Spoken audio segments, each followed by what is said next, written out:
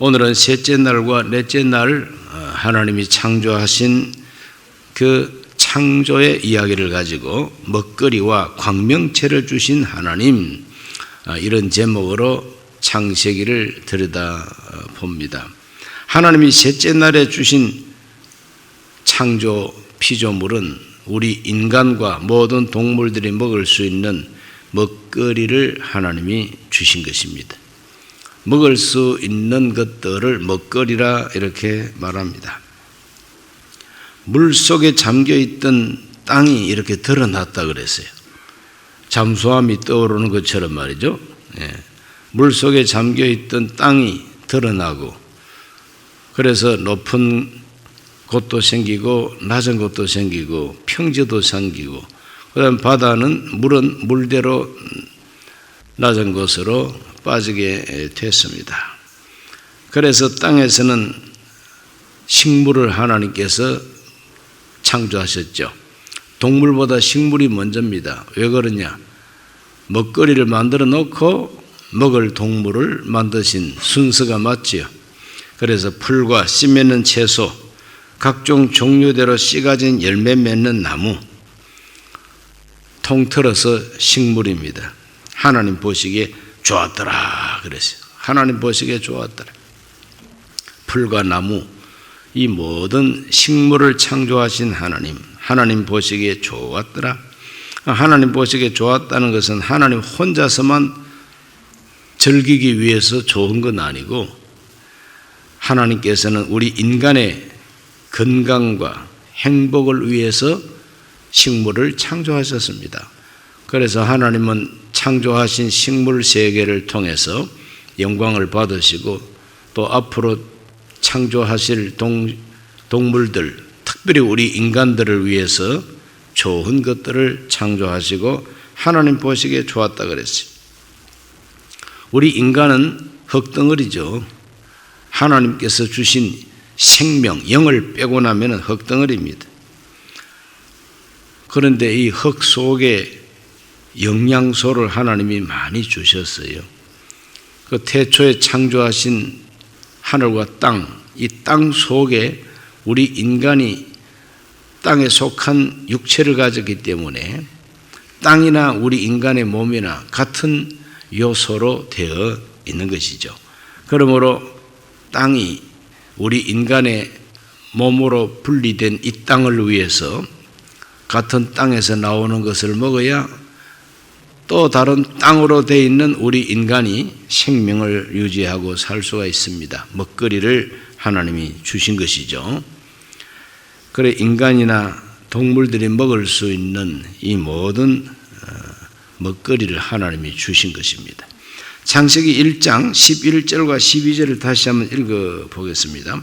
하나님이 이르시되 땅은 풀과 씨 맺는 채소와 각기 종류대로 씨 가진 열매 맺는 나무를 내라 하시니 그대로 되어 땅이 풀과 각기 종류대로 씨 맺는 채소와 각기 종류대로 씨 가진 열매 맺는 나무를 내니 하나님이 보시기에 좋았더라. 하나님 보시기에 좋은 식물을 하나님이 창조하셨습니다. 그리고 이 귀한 식물들이 결국은 우리 인간에게 생명의 근원이 되는, 육체 생명의 근원이 되는 먹거리가 되는 것이죠. 창세기 1장 29절과 30절에 이렇게 기록되어 있어요. 하나님이 이르시되 내가 온 지면에 씨 맺는 모든 채소와 씨 가진 열매 맺는 모든 나무를 너희에게 주노니 너희의 먹을 거리가 되리라. 또 땅의 모든 짐승과 하늘의 모든 새와 생명이 있어 땅에 기는 모든 것에게는 내가 모든 푸른 풀을 먹을 거리로 주노라 하시니 그대로 되니라. 먹을 거리, 사람들한테도 먹을 거리, 나머지 모든 동물들에게도 먹을 거리. 그래서 이걸 줄여서 먹거리라 그럽니다. 여러분, 사람이 먹어야 살죠. 먹어야 살지. 하나님이 먹어야 살도록 우리 인간을 창조하셨어요. 그래서 사람이 먹을 수 있는 식품들을 먹거리라 이렇게 줄여서 말합니다. 성경은 먹을 거리 그랬어요. 먹거리. 그런데 하나님께서 노아 홍수 이전에는 뭘 먹고 살도록 하나님이 설계하셨느냐 하면은 다 식물입니다. 동물을 먹을 수 있는 것은 노아 홍수 이후입니다. 노아 홍수 이전까지는 모든 사람들이 식물만 먹고 살았습니다. 그래서 채식이라고 하는 것은 아주 위대한 하나님의 창조 처음부터 우리 인간의 먹거리가 된 겁니다.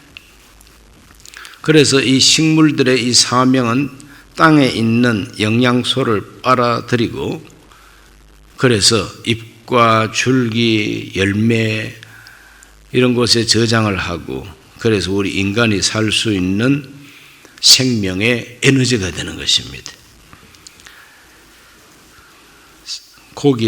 고기라든지 생선 먹기 전에 우리 인간은 먼저 식물을 먹었죠. 먹거리가 식물입니다. 쌀, 보리, 귀리, 호밀, 옥수수, 감자, 고구마 등등 각종 식물이 우리 인간의 먹거리가 이제 된 것이죠. 우리 인간은 육체를 가지고 이 육체의 건강을 위해서 반드시 필요한 이 필수적인 영양소들이 있죠. 필수 영양소가 있습니다. 그 가운데 아주 중요한 영양소가 탄수화물이라고 하는 것입니다. 이 탄수화물은 주로 이제 곡식 종류에 들어있죠. 고구마나 감자 속에도 역시 탄수화물이 있습니다.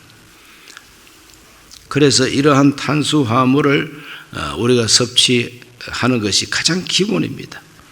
여기서 흡수를 하고 소화를 잘 해서 우리가 에너지를 공급받고 살아갈 수가 있도록 하나님이 그렇게 만들어 둔 겁니다.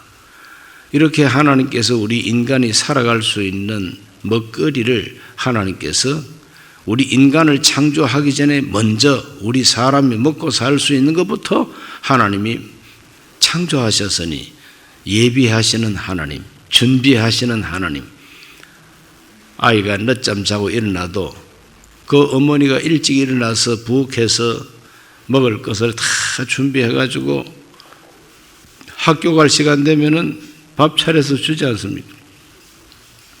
이와 같이 하나님께서 우리를 위해서 예비를 하시고 먹거리를 다 준비해 주셨어요.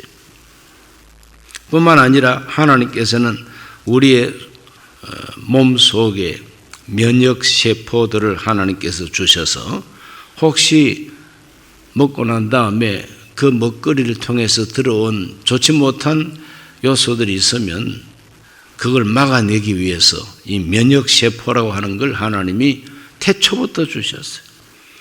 면역 세포가 우리 속에 있기 때문에 우리가 잘못된 요소를 섭취하더라도 거기서 나오는 균들을 막아내고 이깁니다. 그래 면역성이 강하면은 병을 이긴다는 거죠. 그런데 우리 면역 세포가 우리 몸 전체에서 어디에 제일 많이 퍼진 데 있는 거 하니 소장과 대장의 70%가 이렇게 퍼져나오고 있다는 것입니다. 내 몸에 있는 이 면역 세포 중에서 70% 이상이 내 소장과 대장, 이 소화기관에 있다는 것입니다. 그래서 이 소화기관에 포진된 이 면역 세포가 우리 속에 들어와 있는 식품을 통해서 그리고 여러 가지 염증을 일으킨다든지 독소가 들어오면은 이것을 다 막아내게 된다는 겁니다. 하나님이 참 신비하게 우리 인간의 몸을 만들어 주신 것입니다. 그래서 우리 섬유소가 풍부한 식품을 먹어야만이 건강을 유지한다. 이런 식품학자들의 말이 있습니다. 그 섬유소가 풍부한 식품들은 요거트, 토마토, 또 바나나, 브로콜리, 양배추, 케일 이런 것에 이와 같이 섬유소가 풍부한 식품이 있다는 것입니다. 이러한 식품들이 다 건강식품이라고 소문이 나 있습니다. 그런데 살다 보니까 어찌된 연고인지 세계에서 대장암이 가장 많은 나라가 대한민국이라고 그래요. 대장암이 제일 많이 발생하는 나라가 대한민국이라 그럽니다. 참 좀 창피한 노릇이죠. 이제 10만 명당 45명 통계가 그래 나와 있습니다.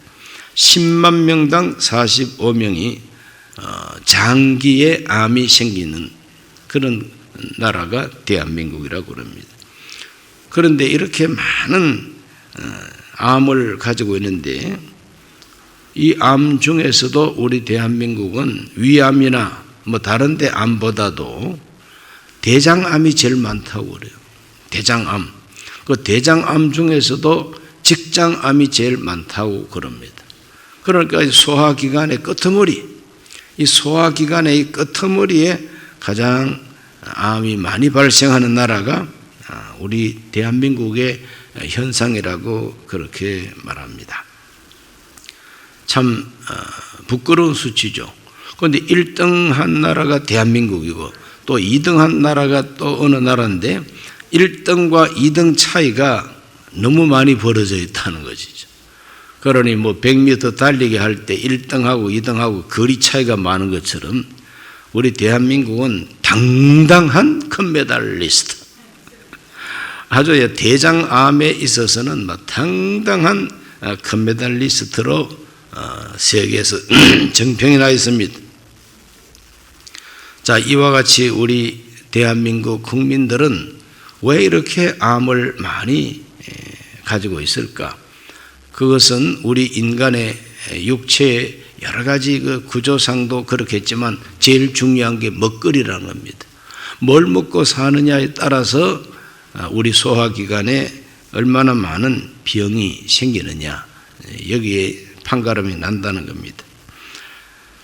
그런데 우리 속에서 소화하는 과정 속에서 반드시 필요하고 유익한 균이 유산균이라고 하는 균이 있어야 되는데 이 유산균이 대장에까지 많이 포진돼 가지고 소화를 시키면은 대장암만에 안 걸리는데 이 유산균이 대장에까지 포진이 되기 위해서는 어떤 유익한 그런 먹거리가 있어야 되느냐, 이것이 아주 중요한 관건이라고 하는 것입니다.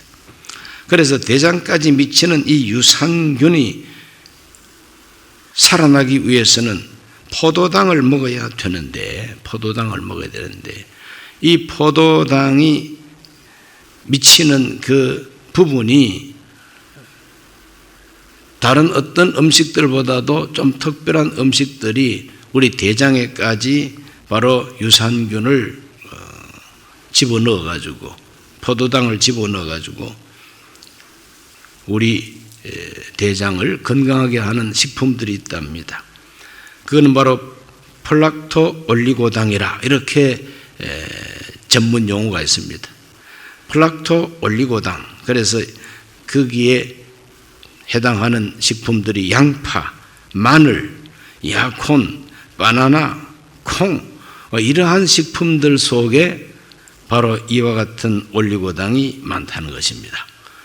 그래서 우리들은 양파나 마늘, 야콘, 바나나, 콩 이러한 식품들을 잘 섭취할 때에 우리 속에 유익한 유산균을 번식시킬 수가 있어서 대장암에 또 각종 암에 걸리지 않을 수 있는 그런 유익한 균을 얻을 수가 있다 그럽니다. 그리고 이러한 방금 말씀드린 이런 식품들은 이 대장의 초입 부분까지만 영향을 미친답니다. 그 대장이 굉장히 긴데 이 길고 긴 대장 초입 부분까지만 영향을 미치고 우리 한국 사람들이 직장암이 제일 많다고 하는데 이 대장의 끄트머리가 이제 바로 직장입니다.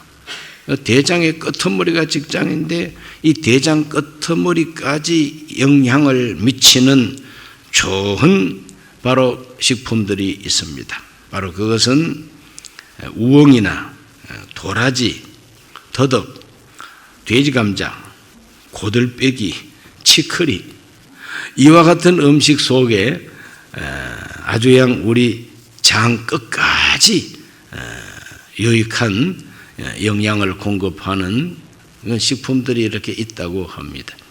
이런 것들을 잘 공급받을 때 우리는 암을 예방할 수가 있다고 합니다. 그래서 방금 말씀드린 이와 같은 식품들은 아주 비싼 것이 아니고 또 너무 귀한 것도 아니라는 겁니다.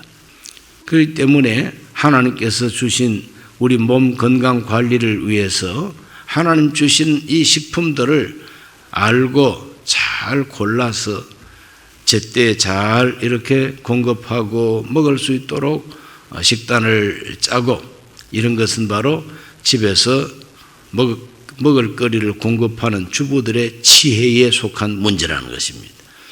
그래서 아무렇게나 먹고 말지 이래가지고 그냥 먹을 것은 아무렇게나 이렇게 취하다 보면은 몸의 병을 얻게 된다고 하는 결론이죠. 그렇기 때문에 집에서 살림하시는 분들을 절대 무시해서는 안 되고, 또 일반 직장이나 사업장에 나가서 사업을 하지 않고 집에서 가사 일만 하시는 분들을 절대로 무시할 수가 없는 것은 생명을 취급하는 지식을 가지고 살림을 하는 그런 분들이라야 대우를 받을 수가 있고, 또 그런 일을 하기 때문에 존중받아 마땅하다는 것입니다. 그러면서 집에서 살림만 하는, 특별히 이제 먹거리와 그리고 청소, 또 가정 살림을 다 책임지고 있는 이 가정주부들은 저 직장에 가가지고 옷잘 입고 뭐 사업하고 하는 그런 분들을 너무 부러워할 필요가 없고, 부러워해서도 안 되는 것은 생명을 취급하는 가장 소중한 일을 하고 있는 분들이 가정의 살림을 맡고 있는 주부들이라는 것입니다. 할렐루야. 하나님이 그렇게 인정하십니다. 그래서 오늘 우리들은 이와 같은 우리 인간의 정말 참 소화기관이라든지 어떤 먹거리를 통해서 우리가 건강할 수 있는가 하는 이러한 학자들의 연구 결과를 이렇게 가만히 보면은 우리가 살아오는 동안에 정말 어떠한 먹거리를 주로 취하면서 살아왔고, 또 가정마다 또 어떻게 먹거리를 준비했는가, 이런 것들을 볼 때에 그 가정 식구들의 건강이 어느 정도 짐작이 될 수가 있는 것이죠.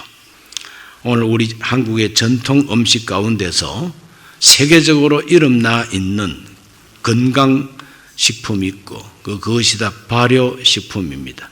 이와 같은 발효식품이 우리 속에 들어와서 유산균을 공급하고 우리 속에 들어와서 우리 내장 속에 있는 이 소화기관 속에 있는 유익한 균을 이와 같이 공급하는 좋은 음식들, 세계적으로 유명한 음식들이 한국에 있는데 제일 첫 번째가 김치입니다.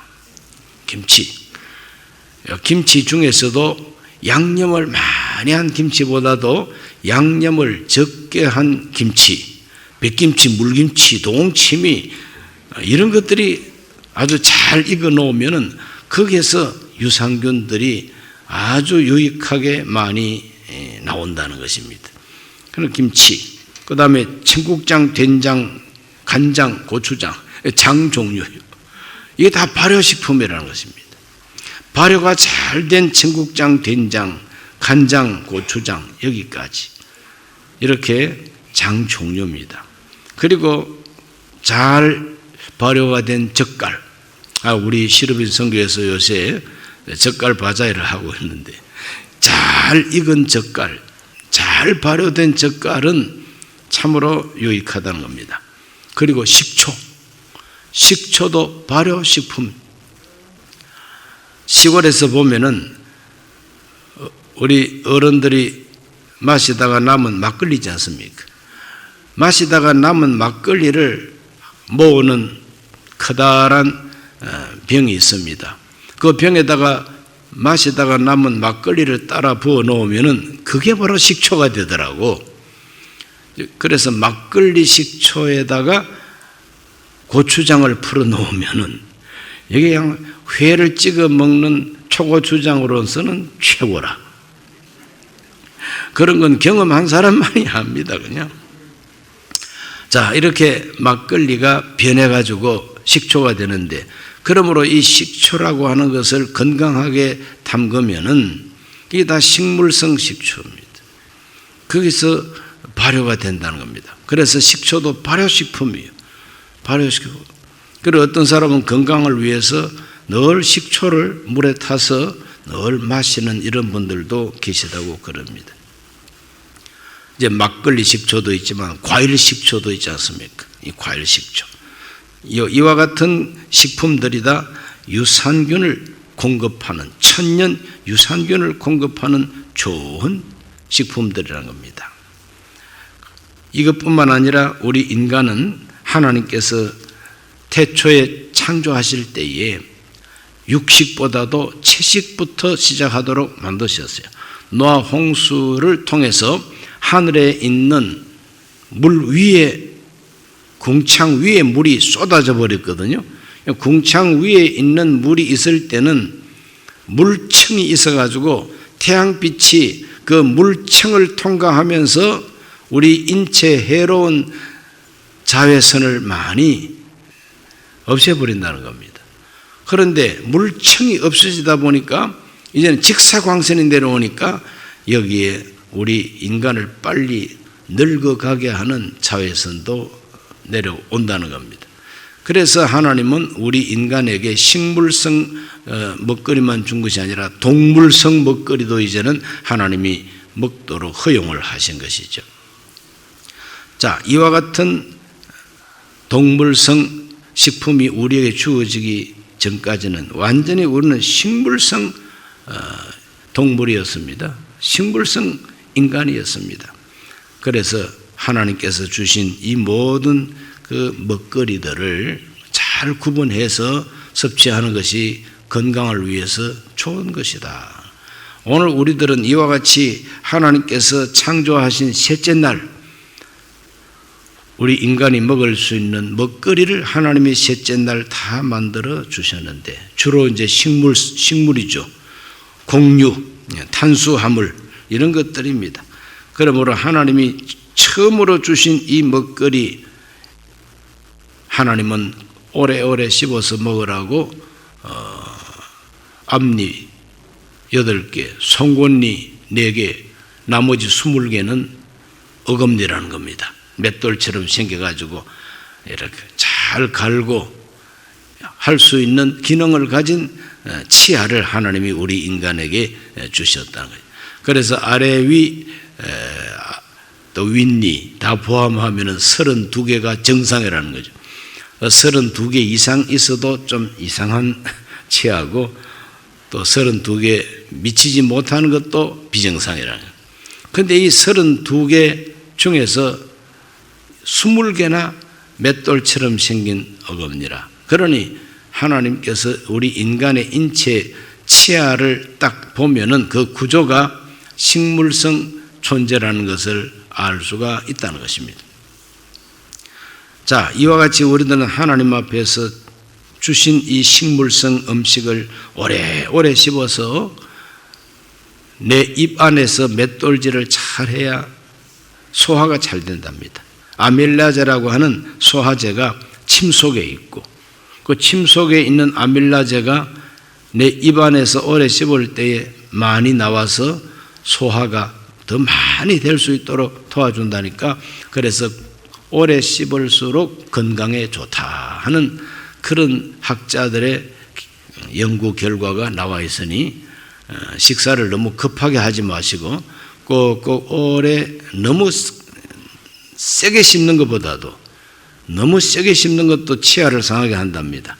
그래서 적당하게 이렇게 잘 오래 씹어서 드시는 것이 건강을 위해서 좋고 많은 음식보다도 적은 음식이라도 오래 씹어서 이렇게 섭취하시는 것이 유익하다고 그렇게 학자들이 다 말하고 있습니다. 하나님은 처음부터 이와 같이 어금니를 많이 주셔가지고 식물성 존재로 우리 인간을 창조하셨습니다. 그래 오래 씹지 않고 성질 급하게 먹을 걸 태초부터 아신 하나님, 그래서 오래 씹지도 않고 그냥 국수 같은 거는 안 씹고 마시잖아요. 그럼 이걸 어떻게 소화하느냐? 그것은 우리 위에서는 찢기만 한다는 겁니다. 위에서는 반죽만 하고 반죽해서 생짜배기 반죽을 내려 보내면은 췌장에서 이제 마지막 소화를 한다는 겁니다. 그래서 침 속에서 나오는 아멜라제이가 췌장에서도 나온답니다. 그래서 이 췌장이 마지막 소화기관이라는 겁니다. 거기에서 소화를 못하면은 이제는 그대로 변으로 나가게 되어 있다는 겁니다. 자, 오늘 이와 같은 하나님께서 창조하신 우리 인체 구조상 가장 필요한 영양소가 식물성인데, 이 식물성이라 할지라도 우리의 소화기관을 통해서 하나님께서 주시는 유익한 균을 건강하게 우리가 섭취함으로써 건강을 유지할 수가 있다는 것입니다. 그러면서 우리 인간의 몸이 건강해야 몸이 담고 있는 영을 건강하게 유지할 수가 있다는 거죠. 그러므로 하나님께서 태초에 주신 먹거리들을 잘 섭취하시고 건강하시기 바랍니다. 네 번째 날에 주신 하나님의 피조물은 광명체들입니다. 이 광명체는 하늘의 해와 달과 별들입니다. 그래서 하나님 광명체를 통해서 밤과 낮이 조화를 이루게 하시고 아침과 저녁을 주시고 빛과 어둠을 주셔가지고 이와 같은 광명체를 통해서 우리 인간과 모든 동식물들의 생명을 유지할 수 있는 에너지를 공급하도록 그렇게 하나님이 섭리하셨다는 겁니다. 그리고 땅에는 계절이 있고 하루가 있고 한 달이 있고 1년이 있고 이렇게 시간을 하나님께서 주셔서 이 시간 속에서 우리 인간은 질서 있게 살 수 있도록 그렇게 창조하셨다는 겁니다.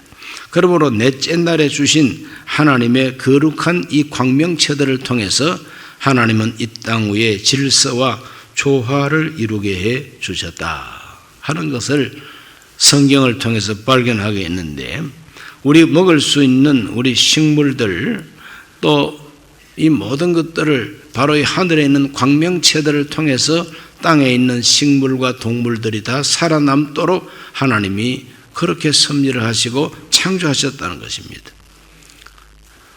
이와 같은 광명체들을 통하여 이 땅 위에 식물들도 살 수 있고 동물들도 살 수가 있어요.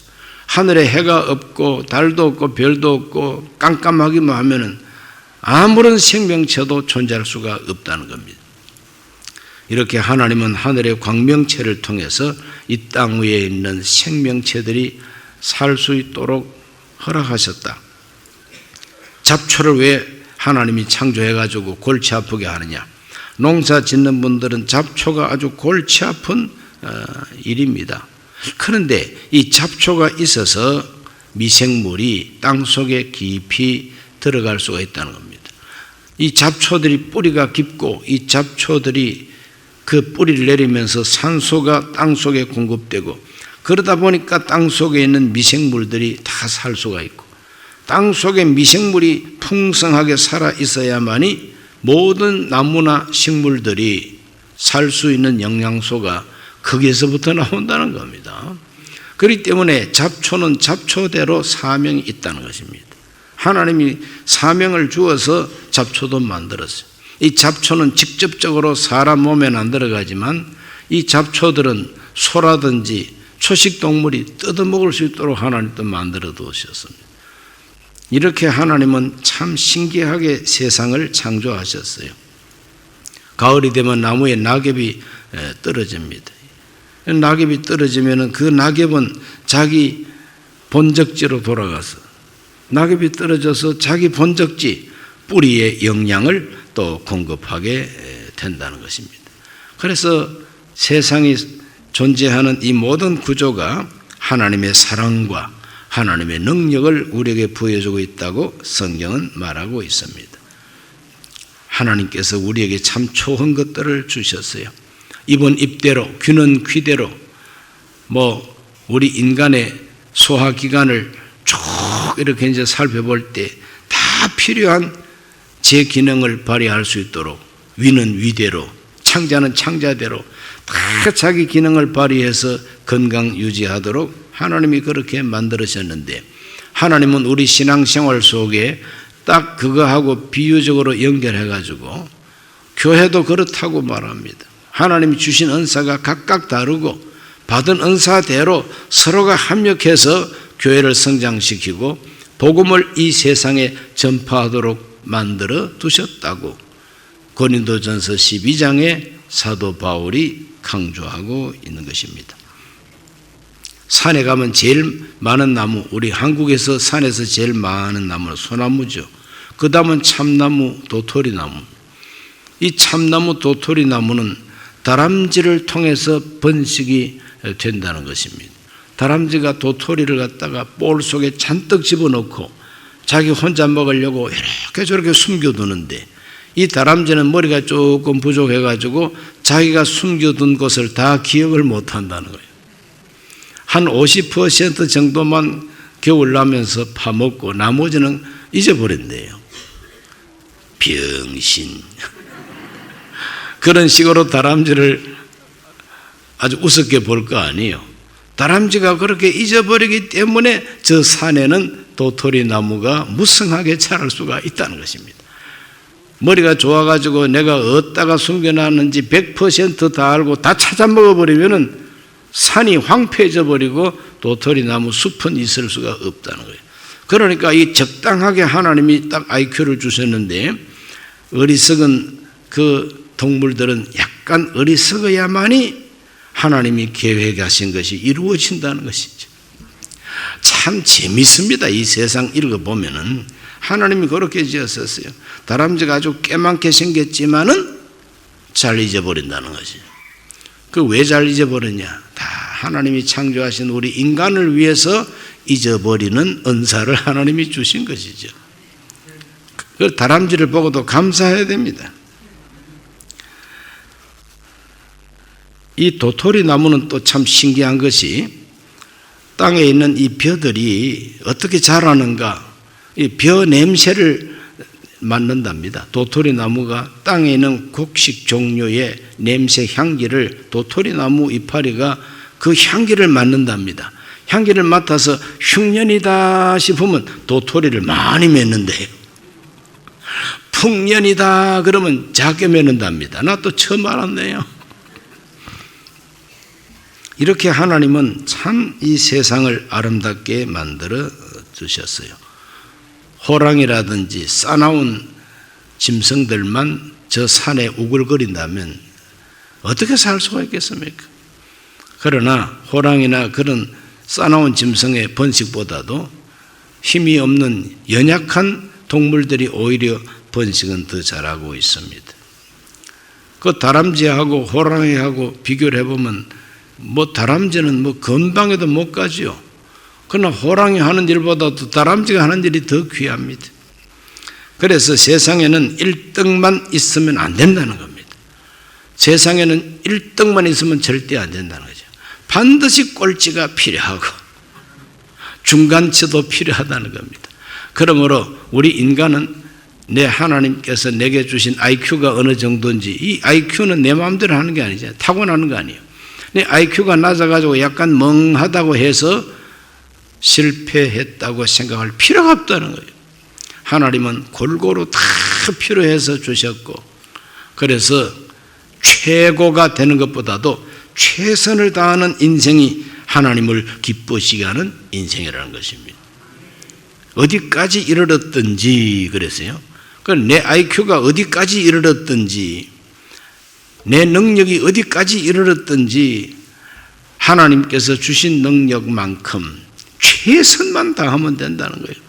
그러면 하나님이 창조하신 세계를 아름답게 만드는 한 일원이 될 수가 있다는 것입니다. 하나님이 천지를 창조하신 창조 이야기를 읽어보면은 감사할 것이 너무나 많습니다. 오늘 우리 모두는 하나님께 감사해야 됩니다. 나를 지으신 하나님께 감사해야 됩니다. 내가 이 세상에서 건강하게 살 수 있는 조건을 하나님이 다 만들어 놓으시고 허락해 주셨어요. 우리 인간이 눈 뜨기 전에 사람이 먹을 수 있는 먹거리를 하나님 다 마련해 놓고 기다리고 계셨습니다. 그렇기 때문에 하나님은 참 좋으신 하나님이 되신다. 추수감사절을 우리가 앞두고 이 감사의 영성을 다시 한번 우리가 일깨우기 위한 특세를 지금 하고 있는 겁니다. 이 특세는 이제 하나님이 천지를 창조하셨을 때의 그 창조 이야기를 통해서 하나님은 처음부터 우리에게 큰 은혜와 우리에게 필요한 모든 것을 창조하셨다는 것을 성경을 통해서 한번 확인해 보면서 저와 여러분의 감사가 너무 이기주의적인 자기 개인적인 감사만 감사가 아니고 큰 감사를 회복하게 되시기를 주의 이름으로 축원합니다. 기도합니다. 살아계신 아버지, 오늘도 하나님 앞에 나와 창조 이야기를 통해서 우리 하나님께서 얼마나 우리 인간을 위해서 귀한 창조 주셨는가를 발견합니다. 하나님 한 사람도 빠짐없이 성령으로 충만하게 하여 주옵시고 하나님이 지으신 세상, 하나님이 섭리하신 우리 인간의 건강, 놀랍고 놀라움을 발견하게 됩니다. 하나님, 우리 모두가 하나님께서 주신 이 모든 것을 깨닫고 감사하게 해 주옵소서. 오늘 이 아침에도 드린 예물 하나님 받아 주시옵소서. 예수님 이름으로 기도하옵나이다. 아멘.